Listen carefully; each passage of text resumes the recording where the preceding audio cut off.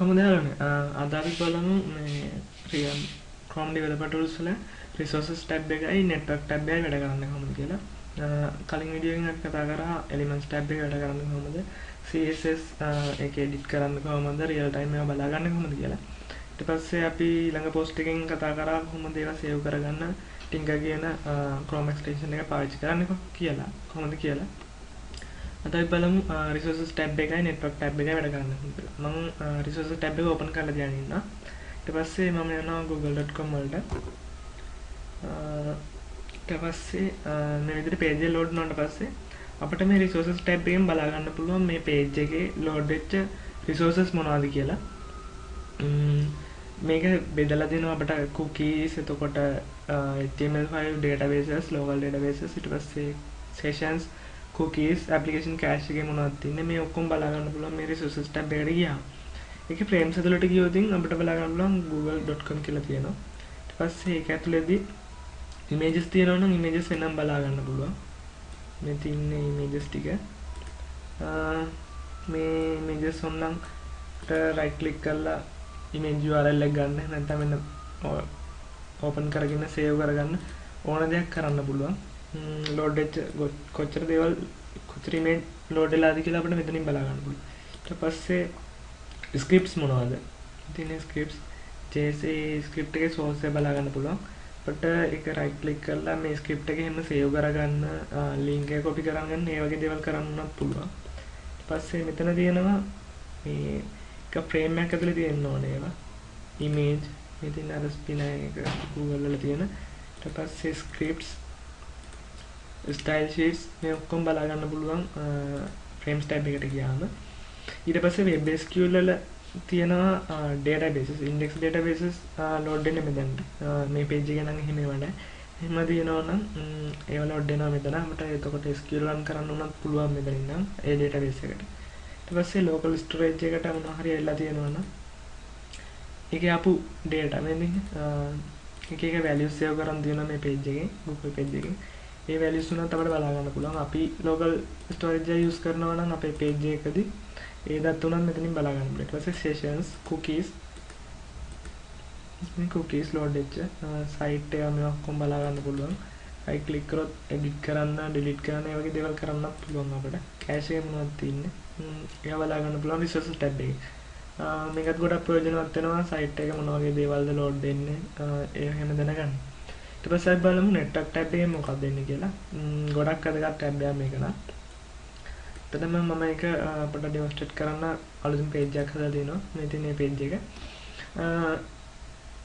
මේ page එකෙන් මම මේ plain button එකෙන් request එකක් දාලා දෙනවා plain HTML එකක් ගන්න. ඊට පස්සේ JSON එකෙන් JSON response එකක් ගන්න.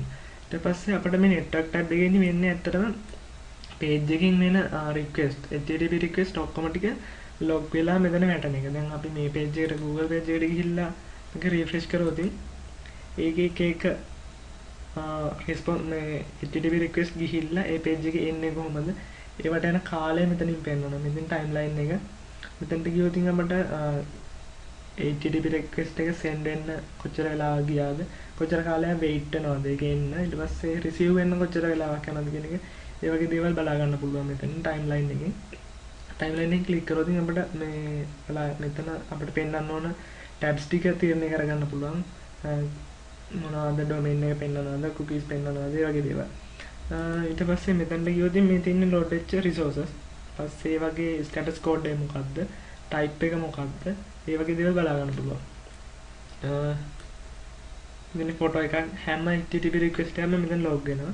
එතකොට මෙතන යටින් බලා ගන්න පුළුවන් all මේ resources ගන්නවද, documents විතරක් ගන්නවද, style sheet විතරද, ඒ වගේ දේවල් මෙතන තීරණය කරගන්න පුළුවන්. මම all වලට යනවා. ඊට පස්සේ අපිට ඇත්තට මේක වැදගත් වෙන්නේ දැන් අපි හිතමු මම හදාගත්ත page එකට ගිහිල්ලා බැලුවොත් මම plain මේ button එක ඔබනවා. එතකොට AJAX request එක ගිහිල්ලා this is AJAX HTML plain HTML response එකක් කරනවා. දැන් අපි හිතමු බලාපොරොත්තු වෙන්නේ වෙන මොකක් හරි දෙයක් කියලා. අපිට මේ page එකට ගිහිල්ලා දැන් click කරොත් අපිට බලා ගන්න පුළුවන් ඒකේ headers මොනවද? HTTP headers වල මොනවද තියෙන්නේ? අපි ලිව්ව ඒවා එනවද? දැන් මම මේක ඒවල තියෙන්නේ plain HTML එකක් විදිහට. ඒක encoding type එකේ තියෙනවද? ඒ වගේ දේවල් බලා ගන්න පුළුවන් දැන්. content type එක මොකක්ද? response header එකේ මේ තියෙන්නේ request header එක. response header එකේ එතකොට මම ඉල්ලලා තින්නේ plain html. ඒවල තින්නේ plain html. ඒක ඇවිල්ලා තියෙනවා එහෙනම්. ඊට පස්සේ මෙතන preview එකෙන් බලන්න පුළුවන් මොකක්ද ඇත්තටම code ඇතුලේ තියෙන්නේ මොකක්ද. request ඒ page එකේ ඇතුලේ තියෙන්නේ මොකක්ද. response එකේ තියෙන්නේ මොකක්ද. timing කොහොමද. තින්නේ ගතච්ච කාලේ මේ වගේ ඒවා දැන් අපිට ගොඩක් වැදගත් වෙනවා time එහෙම දැනගන්න. ඊට පස්සේ අපි හිතමු අපි මෙතන මොකක් හරි එකක් පාස් කරලා පෙන්නන්න හදන. ඒ කියන්නේ වෙන කෝඩ් එකක් එන්නේ. එතකොට ඇත්තටම response එකේ මොකක්ද තියෙන්නේ? error එකක් තියෙනවා. ඒ වගේ දේවල් බලා ගන්න පුළුවන්. ඊට පස්සේ මම මෙතනට කියලා JSON එකක් කිල්ලුවොත් ඒක load වෙනවා මෙතනට.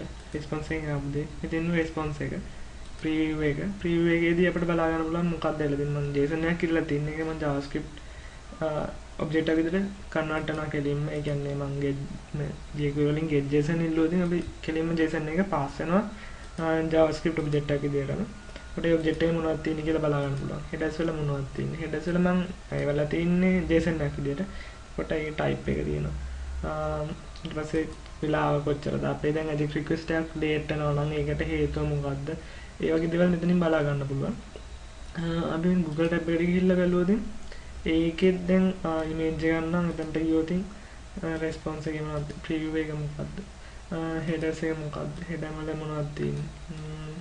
HTML page යන්න CSS page යන්න එහෙනම් CSS මෙහෙමයි CSS. ඒ වගේ දේවල් cookies මොනවද කියලා තියෙන එකත් එක්ක. ඒ වගේ දේවල් ඔක්කොම මේ network tab එකෙන් බලා ගන්න පුළුවන්. net එක මේව log කරගන්නත් පුළුවන්. මම හිතනවා මේ tab දෙක ගොඩක් ප්‍රයෝජනවත් ඒ උදාහරණයක් විදිහට අපි JSON එකක් බලාපොරොත්තු වෙනවා.